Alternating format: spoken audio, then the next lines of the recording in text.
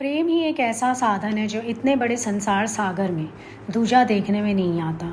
और ये गुरु का वचन एकदम सत्य है। चुनाव ही नहीं होता कि ये अच्छा ये बुरा, सब अच्छा लगता है। अपनी नज़र अगर सही हो गई तो इतनी बड़ी दुनिया सही हो गई। सोच के देखो ज़रा, हमारी स्थिति ऐसी होनी चाहिए कि हमारे पास किसी की भी कोई चर्चा ना हो, बस मौन आ जाए, शांति आ जाए। कोई शिकायत नहीं, कोई एक्सपेक्टेशंस नहीं, ना किसी से कुछ लेना ना किसी से कुछ देना।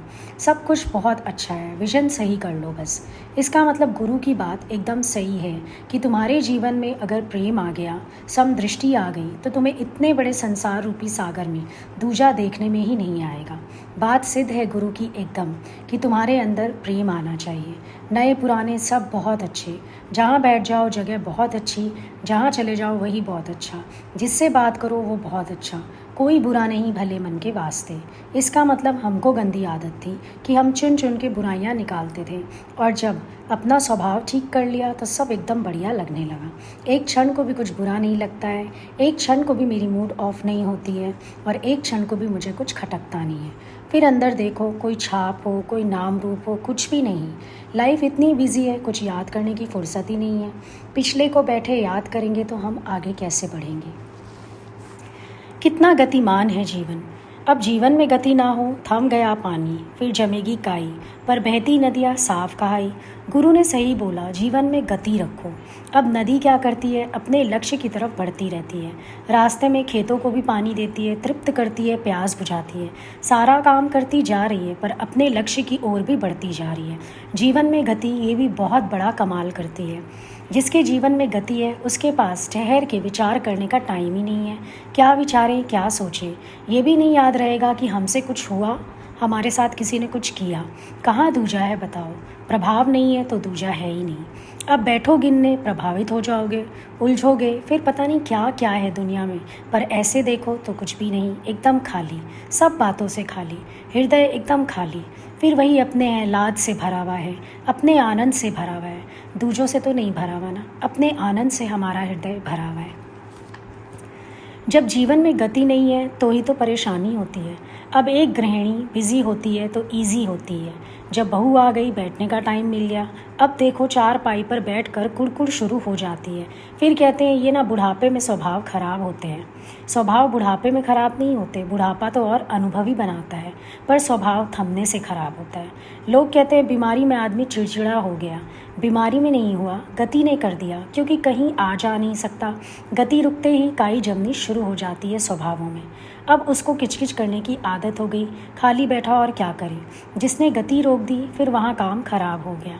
बॉडी को ही देख लो, जिस बॉडी पार्ट की गति रुक गई वो फेल हो जाता है। फिर चाहे वो हार्ट हो, किडनी हो, ब्रेन हो, कुछ भी हो, जहाँ गति रुकी वहाँ मैल आने लगता है। अब जितने खाली लोग होते हैं ना, उन लोगों के पास बहुत धंधे हैं ऐसे करने को। इसकी सोच, उसकी सोच, यहाँ से चिढ़, उससे कुड़, इससे परेशान, फलाना फलाना। और ज्ञानी के पास गति है, जहाँ गति रोकते हैं वहाँ कमियाँ दिखनी शुरू हो जाती है। अब तुम्हारे मन की भी गति रुकती है तो इसका प्रवाह जो भक्ति में होना चाहिए, निरंतर जब इसकी गति रुकती है तो फिर काम खराब हो जाता है। प्रेम में गति है और किसी चीज़ में गति नहीं है।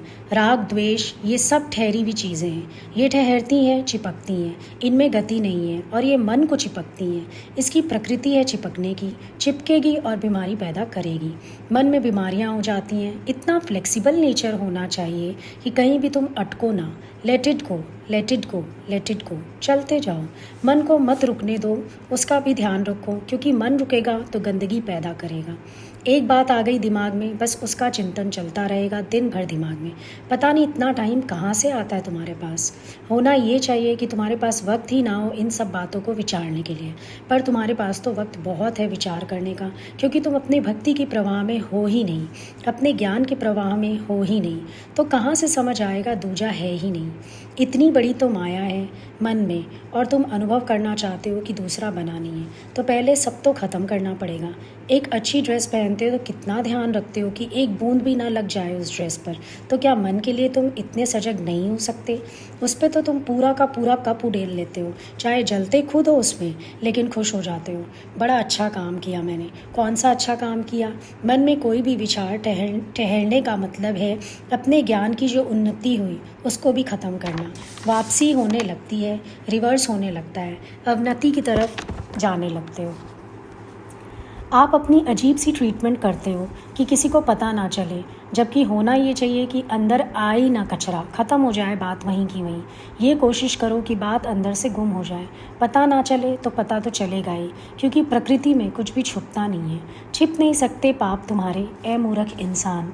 मूर्ख है इंसान जो सोचता है कि मैं कर्म छिपा लूँगा। कर्म नहीं छिप सकता, पाप नहीं छिप सकता। कहीं ना कहीं से तो मन प्रकट होकर ही रहता है। जितना मर्जी छुपा लो, प्रकट होकर रहेगा। और जो तुम्हारा स्वभाव होता है, व्यवहार होता है, वो वैसे भी सबको पता रहता है, नोटिस में तो आता ही है। तो एक समय आके वो बाहर आएगा ही आएगा। तो वो बेकार कोशिश है कि मैं छिपा लूँगा।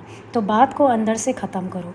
पुरुषार्थ होना चाहिए अंदर के विकार के नाश का, बातों को अंदर से गुम करने का, मन से मैल धोने का। क्योंकि जब किसी के प्रति प्रेम होता है वो कैसे अपना आप सा लगने लगता है। जिससे बहुत प्यार होता है ना, उसके लिए ऐसा लगता है कि मैं सब कुछ कुर्बान कर दूं। प्यार में जैसे महसूस होता है कि ये मैं ही हूँ। लेकिन जिस व्यक्ति के प्रति प्रेम नहीं होता अंदर से, उसके लिए नहीं आता ये विचार कि ये मैं ही हूँ।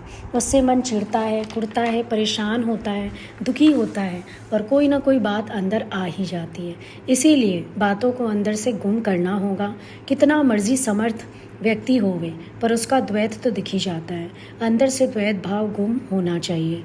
जो मन में कचरा पड़ा है वो ख़त्म होना चाहिए।